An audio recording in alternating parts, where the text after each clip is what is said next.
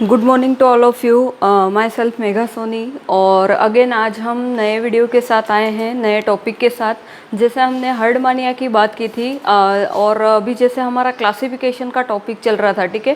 Classification के complete होने के बाद हमारे सेकेंड ईयर के फर्स्ट पेपर के अंदर कॉर्डेट्स के अंदर जो हमारा टॉपिक है टाइप स्टडी का, वो कौन सा है? हर्डमानिया का, ठीक है।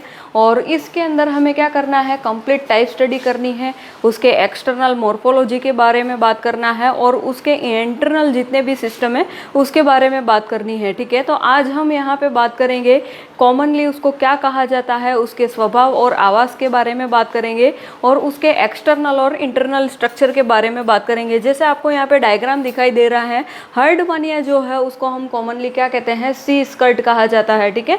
समुद्री स्कर्ट कहा जाता है इसको। उसके साथ साथ जैसे हम यहाँ पे क्लासिफिकेशन की बात करें, जैसे हमने क्लासिफिकेशन पढ़ लिया है, तो फाइलम इसका कौन सा होगा? कॉर्डेटा।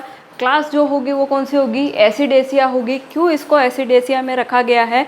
क्योंकि इस ऑर्गेनिज्म के अंदर जो पेशियाँ पाई जाती हैं, मांसपेशियाँ, वो कैसी होती हैं? बिखरी हुई मांसपेशियाँ पाई जाती हैं, छितरी हुई मांसपेशियाँ पाई जाती है, इसलिए इसको किस में रखा गया है? एसिडेसिया के अंदर। ऑर्डर इसका है स्टोलीब्रैंकिया, ठीक है। फैमिली है पायरुडी और टाइप है इसका हर्डमानिया या सी स्कर्ट। अब हम बात करते हैं इसके कुछ जनरल कैरेक्टर्स की। जैसे हर्डमानिया जो है उसका अध्ययन किसने किया था? एस.एम. दास ने किया था 1936 के अंदर। उसके साथ साथ यह जो है ऑर्गेनिज्म कहाँ पे पाया जाता है? समुद्र जो होता है या सी जो होता है उसके छिछले जल में, मतलब कि दलदलीय भाग में ये प्रेजेंट होता है। उसी के साथ ये कैसा होता है? एकल होता है, ठीक है। उसके साथ स्थानबद्ध प्राणी होता है, मतलब कि एक जगह से ही ये चिपका हुआ रहता है, ये कॉलोनीज के अंदर या निवह के अंदर नहीं पाया जाता है। नेक्स्ट हम बात करें यहाँ पे मोलस्का की। खोल के अंदर या चोल के अंदर ये क्या होता है? एज ए सहभोजी के रूप में रहता है। जैसा हमने फर्स्ट ईयर के अंदर पढ़ा मोलस्कन ऑर्गेनिजम्स, ठीक है। तो मोलस्कन ऑर्गेनिजम्स में क्या होता है कि इनकी बॉडी जो है वो दो भागों के अंदर विभक्त होती है। कौन कौन सी? शेल और मेंटल के अंदर, ठीक है। तो इसका जो बाहरी आवरण होता है वो कौन सा होता है? शेल वाला पार्ट होता है। तो यहाँ पे मोलस्कन ऑर्गेनिजम्स जो होते हैं उनके भीतर की ओर ये क्या करता है? एज ए सहभोजी के रूप में रहता है, अपने पोषण को, अपने न्यूट्रिशन को क्या करता है? प्राप्त करता है। ये कैसा होता है? सूक्ष्म पक्षी होता है, माइक्रो ऑर्गेनिजम्स को खाने वाला होता है और पक्षमापोषी होता है, मतलब कि सिलियरी फीडेड ऑर्गेनिज्म होता है। सिलिया के द्वारा जो है वो क्या करता है? भोजन को ग्रहण करता है। उसके साथ ये कैसा ऑर्गेनिज्म है? उभयलिंगी प्राणी होता है। अब हम इसके एक्सटर्नल फीचर की बात करें, मॉर्फोलॉजी की बात करें, तो ये ऑर्गेनिज्म जैसा कि आपको यहाँ पे डायग्राम में दिखाई दे रहा है, ये कैसा दिखाई देता है? आयताकार होता है, ठीक है। उसी के साथ साथ यह बटुए, थैले या आलू के समान दिखाई देता है। हर्डमानिया का जो स्ट्रक्चर है वो कैसा होगा? या तो पर्स के समान दिखाई देगा या आलू के समान दिखाई देगा। और इसकी जो वयस्क की साइज की हम बात करें तो लंबाई इसकी होती है 9.5 सेंटीमीटर, चौड़ाई होती है 7 सेंटीमीटर और इसकी मोटाई की बात करें तो ये कितनी होती है? 4 सेंटीमीटर, ठीक है। अब इसका जो परिमाण है, ठीक है, इसकी जो साइज होती है वो क्या होती है? इसकी आयु के साथ साथ धीरे धीरे बढ़ने लगती है। उसी के साथ साथ इसके मतलब ये ऑर्गेनिज्म जो होता है जब इसका बर्थ होता है या ये जब डेवलपमेंट करता है तब ये कैसा दिखाई देता है? पिंक कलर का दिखाई देता है। क्यों दिखाई देता है? क्योंकि इसकी ट्यूनिक या टेस्ट के अंदर जो मांसपेशियाँ होती हैं वो कैसी होती हैं?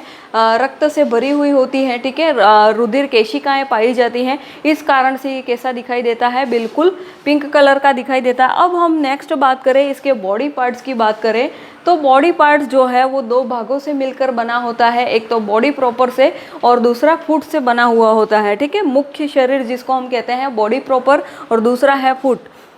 अब ये बॉडी प्रॉपर की बात करें तो ये होता क्या है? जैसे कि इसका जो आधारीय भाग है, जैसा हमको यहाँ पे दिखाई दे रहा है, ये आधारीय भाग कैसा होता है? बड़ा होता है। इसमें दो प्रकार के साइफन पाए जाते हैं, ब्रेंकियल साइफन और एट्रियल साइफन, ठीक है। ब्रेंकियल साइफन को हम क्या कहते हैं? क्लोम विनाल कहते हैं और एट्रियल साइफन को हम कहते हैं परिकोष्ठीय विनाल। और इन दोनों साइफन के किनारों पर इसमें पाए जाते हैं एपर्चर्स, इनके दोनों के किनारे पर पाए जाते हैं छिद्र, जिसको हम कहते हैं ब्रेंकियल एपर्चर और एट्रियल एपर्चर, जैसा कि यहाँ पे आपको डायग्राम में दिखाई दे रहा है, ब्रेंकियल एपर्चर और एट्रियल एपर्चर।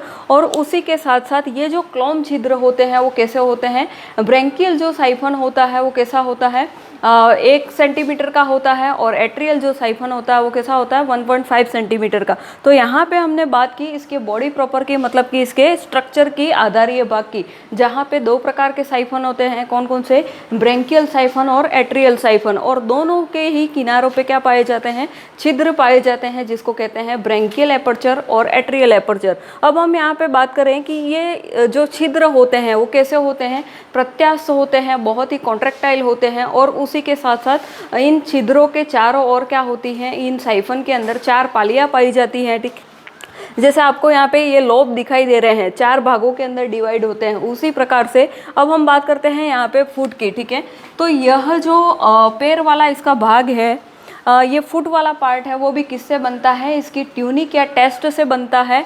बाहरी जो चोल होती है या बाहरी आवरण को क्या कहते हैं हम? ट्यूनिक या टेस्ट कहते हैं। और इसकी जो लंबाई होती है वो लगभग कितनी होती है? 3 से 4 सेंटीमीटर होती है। पूरी बॉडी को ये क्या करता है? आधार प्रदान करने का कार्य करता है। और उसी के साथ साथ ये क्या करता है? संपूर्ण शरीर को अवलंबन प्रदान करता है। तो यहाँ पे हमने क्या बात की? इसके एक्सटर्नल फीचर्स की बात की, इसकी मॉर्फोलॉजी की बात की। अब हम इसके आगे हम बात करेंगे इसके इंटरनल फीचर्स की। ठीक है, जैसा कि अभी हमने इसके हर्डमानिया के एक्सटर्नल स्ट्रक्चर की बात की, इसके मॉर्फोलॉजी की बात की, अब हम यहाँ पे इसके इंटरनल स्ट्रक्चर की बात करेंगे। लेकिन उससे पहले हम यहाँ पे जान लेते हैं कि इसका टेस्ट या ट्यूनिक क्या होता है। इसके जो बाहरी आवरण होता है उसको हम क्या कहते हैं? टेस्ट या ट्यूनिक कहा जाता है। और ये जो टेस्ट या ट्यूनिक होता है वो किसी भी ऑर्गेनिज्म, मतलब कि हर्डमानिया जो है उसके बाहरी मतलब इंटरनल स्ट्रक्चर को क्या करता है? एक प्रोटेक्शन प्रदान करने का कार्य करता है। एक प्रोटेक्टिव आवरण बनाता है उसके चारों ओर, उसके इंटरनल ऑर्गन्स के चारों ओर। इस ये जो ऑर्गेनिज्म है, ठीक है, और इसके अंदर जो ट्यूनिक या टेस्ट पाया जाता है वो as a accessory respiratory organ, मतलब कि सहायक श्वसन अंग की तरह क्या करता है? कार्य करता है। और उसी के साथ साथ ग्राही अंग की तरह भी कार्य करता है।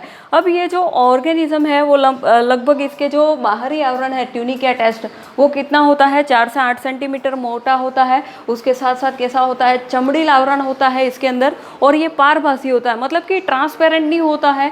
चमड़ील आवरण होने के कारण इसके बॉडी के कोई भी ऑर्गन्स जो है वो हमें नहीं दिखाई देते, इसलिए इसको पारभासी कहा जाता है। इनमें मैट्रिक्स कणिकाएं जो पाई जाती है वो कैसी होती है? नेट के रूप में बिखरी हुई रहती हैं।